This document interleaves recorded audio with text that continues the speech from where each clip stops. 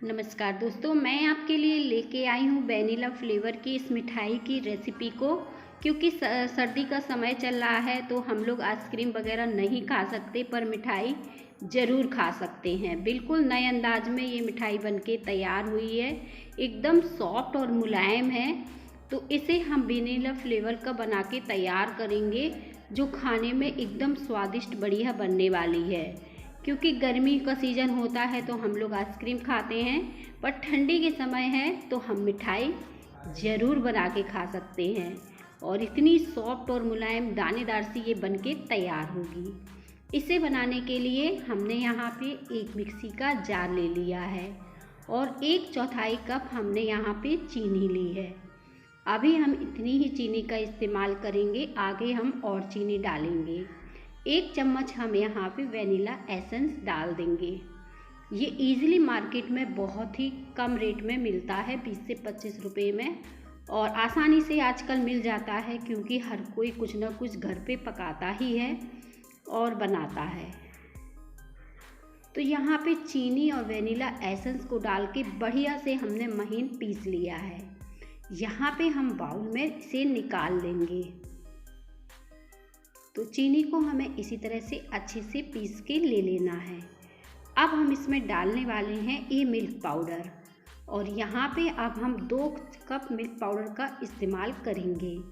यहाँ पे मैंने सागर कंपनी का मिल्क पाउडर लिया है और ये बहुत ही आसानी से मार्केट में मिल जाता है और अधिकांश इसी से जो है मिठाइयाँ वगैरह बनती हैं।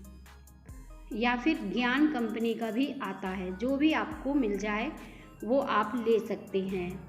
और इससे मिठाइयाँ बहुत ही स्वादिष्ट और बढ़िया बनती हैं, दांत में बिल्कुल भी नहीं चिपकेंगी। इस नए अंदाज से आप बनाएंगे तो बार बार इसी तरह से बनाएंगे।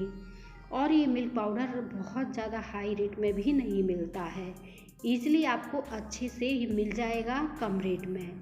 यहाँ पे मैंने घी को गरम कर लिया था और आधे कप मैंने घी का इस्तेमाल किया है।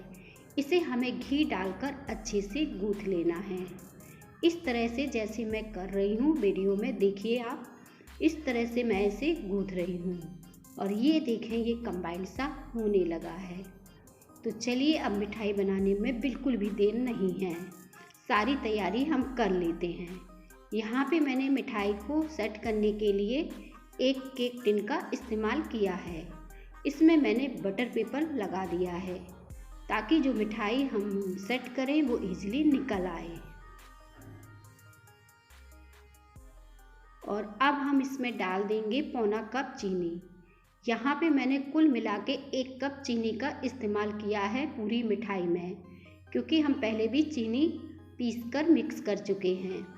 अब हमें इसे क्या करना है, इस तरह से चला के घोल लेना है।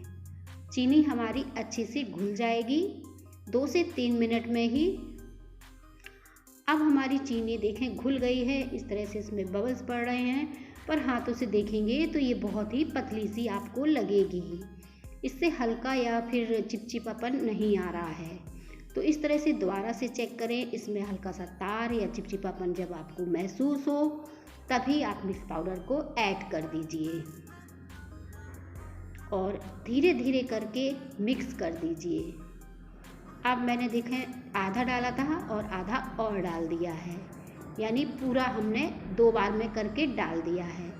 इस समय जब आप मिक्स करें, आपको कोई दिक्कत लगे तो आप इसमें थोड़े से पानी के छिट्टे या फिर दूध के छिट्टे लगा सकते हैं। वैसे मेजरमेंट के हिसाब से आपको कोई दिक्कत नहीं होने वाली है। इस तरह से जब आप चलाते रहेंगे तो जो चीनी हमने पीस के डाली है वो भी अभी पिघलेगी और ये बहुत ही बढ़िया डोसा हो जाएगा।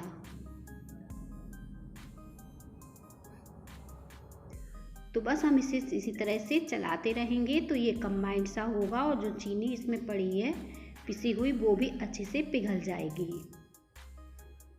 और देखें इस तरह से धीरे धीरे करके ये इस तरह से आपको काफ़ी गीला मतलब दिखने लगा होगा, हल्का सा डो की तरह। और थोड़ा और हम इसे चलाएंगे इस तरह से जब तक कि अच्छे से चिकना ना हो जाए।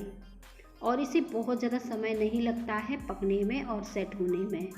अब आप देखिए कितना बढ़िया ये बनके तैयार हो गया है, एक डो की तरह फैल रहा है, बिल्कुल मावा के जैसे आपको ये दिख रहा होगा, पर इससे मिठाई बहुत ही बढ़िया बनने वाली है।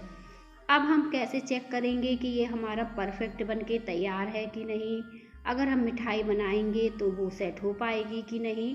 तो मैं इसे चेक करने का इसका थोड़ा सा भाग आप ऐसे ले लीजिए।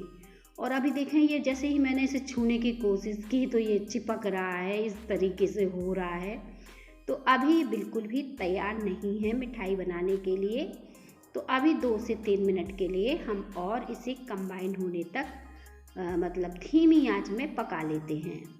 और अब आप इसको देखिए तो ये काफ़ी टाइट सा दिख रहा होगा, अच्छे से कंबाइंड सा दिख रहा होगा पहले की अपेक्षा। और फिर से इसे इस तरह से चेक कर लेंगे। अब देखें, ये देखें बिल्कुल भी नहीं चिपक रहा है और इसका ये बॉल सा बन के तैयार हो रहा है। उंगली अंगूठा में पहले जैसा बिल्कुल नहीं रहा। तो बस गैस को बंद कर दीजिए और इसे सेट करने के लिए निकाल लीजिए। अब हम इस केक टिन में इसे डाल देंगे इस तरीके से। और इसे डालने के बाद कोई भी चम्मच ऐसी तरह से मतलब चिकना कर दीजिए, आसानी से ये चिकना हो जाएगा। इसे देखें, ज़्यादा मेहनत नहीं करनी पड़ेगी और ये परफेक्ट सी बन के तैयार होगी। और मैंने हल्का सा ही इसे इस तरीके से इसी से मतलब चिकना कर दिया है। आप छोटी चम्मच या छोटी कटोरी की सहायता से भी चिकना कर सकते हैं। अब बिल्कुल ये मार्केट जैसी जो महंगी वाली मिठाई होती है ना, वैसी ये बनके तैयार हो जाएगी। और इतने कम बजट में आप इस मिठाई को बना पाएंगे, बिल्कुल कम बजट में। और 10 से 15 मिनट में ही सेट होना शुरू हो जाएगी और हम सेट होते ही इसे निकाल लेंगे। ये अच्छे से सेट हो गई है, कोई दिक्कत नहीं हुई है। 15 से 20 मिनट में ही लगा है ज़्यादा से ज़्यादा, और ये सेट हो गई है। अब हम क्या करेंगे, आप चाहें तो इसके ऊपर पहले ड्राई फ्रूट डाल सकते हैं या फिर सिंपल मिठाई को रख सकते हैं। सिंपल भी बहुत ही बढ़िया आपकी ये मिठाई लगेगी। लेकिन हम क्या करेंगे, इस मिठाई को थोड़ा सा काटने के बाद सजा देंगे। उससे क्या होगा, हमारी मिठाई और भी ज़्यादा सुंदर और महंगी वाली अच्छी सी जो मार्केट में आती है ना, सबसे महंगी वाली, वैसी ये बन के दिखने लगेगी। वैसे तो ये मिठाई इतनी परफेक्ट बनी है, आपको काटने से और देखने से ही पता चल रहा होगा। अब मैंने इसे इस तरह से पीसेस में कट कर दिया है। और देखें, आप चाहें तो इसी तरह से सिंपल इस मिठाई को रख सकते हैं। अब मैंने यहाँ पे थोड़ा सा इसे सजा दिया है। थोड़े से ड्राई फ्रूट मैंने लिए थे और साथ में गुलाब की पत्ती को बारीक काट लिया था। आप चाहें तो एक एक काजू या बादाम इसके ऊपर रख सकते हैं। और अब हम मिठाई को दिखाते हैं कि कितनी ज़्यादा ये सॉफ्ट और मुलायम बढ़िया से बनके तैयार हुई है। इस तरीके से हम इसे तोड़ेंगे, ईजिली ये टूटेगी, हल्की सी दानेदार है। मुंह में घुल जाने वाली इस महंगी मिठाई को बिल्कुल बजट में बना के तैयार करेंगे। सॉफ्ट